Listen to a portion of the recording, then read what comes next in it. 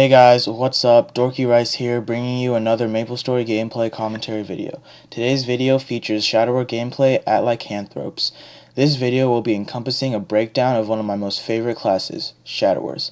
For this breakdown, I'll be going over the pros and cons of the Shadower class. Now to start off, the first pro for this class is the fact that they have pretty decent damage. This does not specifically mean that they have a high range, but rather that they have a high damage multiplier when it comes to their attacks. For example, when Boomerang Stepped is maxed out, it hits almost 1400% damage to each individual mob without Shadow Partner, and if Shadow Partner is applied, this attack would end up dealing about 2100% damage each use. Another example of a high damage output is the bossing skill Assassinate, which, if fully charged and accompanied with a 25k range, will easily hit the damage cap. The next pro includes movement speed.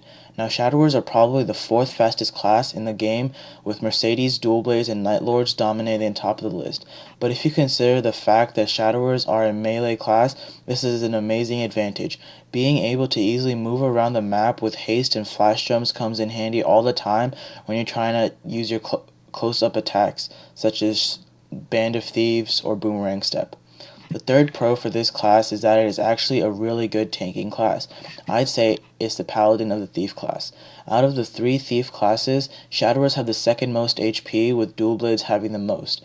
But the fact of the matter is that Shadowers get to cut 50% of the damage received, becoming the Thief that takes the least damage out of the rest.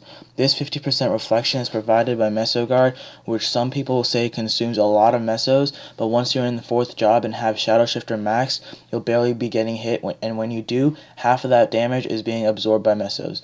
Staying on the same topic, when the new revamp comes for Thieves and Buccaneers, Shadowers will be able to acquire Shield Mastery as second job, and when this skill is maxed, it gives out an extra 110% defense when a shield is equipped, and not to mention the fact that it also gives an extra 20% evasion rate. The last pro for this class is its third job skill, Meso Explosion.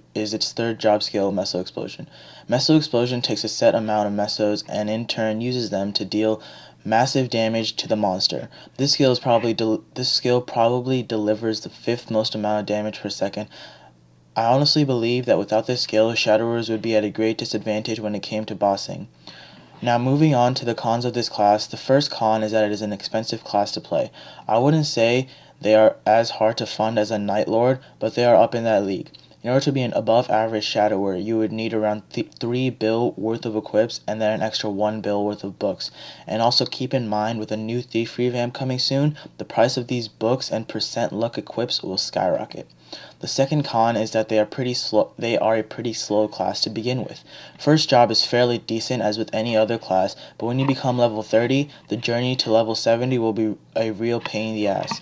For second job, their main skill becomes Savage Blow, which only hits one monster, which in turn makes it hard to mob. Their other skill, Steal, is mediocre when it comes to mobbing, but should not be maxed since it becomes useless after third job. The final con for this class is that unlike classes such as Bowmaster, Mercedes, and Night Lords, you can't just hold down one key the entire time to kill monsters. For a Shadower, you have to chain together Boomerang Step with skills such as Band of Thieves or Assassinate, since the skill itself has around a 1-second delay in order for the class to not be overpowered. To make matters worse, once Justice Patch hits, it will be hard to chain Boomerang Step with a good mobbing skill due to the fact that the only decent mobbing skill next to it would be Muscle Fossilium, which I'm not gonna attempt to pronounce correctly. Now, if you're one of those people that like to chain skills together rather than spamming, which is surprising since most classes usually spam one skill, then I guess the previous con would be a pro in your case. Personally, I don't mind using a different skill between intervals since it gives a sense of originality. Now, I mean, if you guys watched my Mercedes breakdown, I know that I said their Mercedes simplicity was kind of hard, and I realized that it was a kind of a stupid thing to say because I've been playing a Shadower my entire Maplestory career, which is about 4 years or so, and Shadowers are probably they have to chain together the most skills in order to keep up with their damage per second. But other than that, I guess that's it for this video. Feel free to leave constructive criticism, but just as a heads up, these pros and cons can be interpreted different ways and are my opinions on the class rather than having statistical data to back it up. Other than that, remember to like and subscribe to stay up to date with my most recent videos. See you in my next video.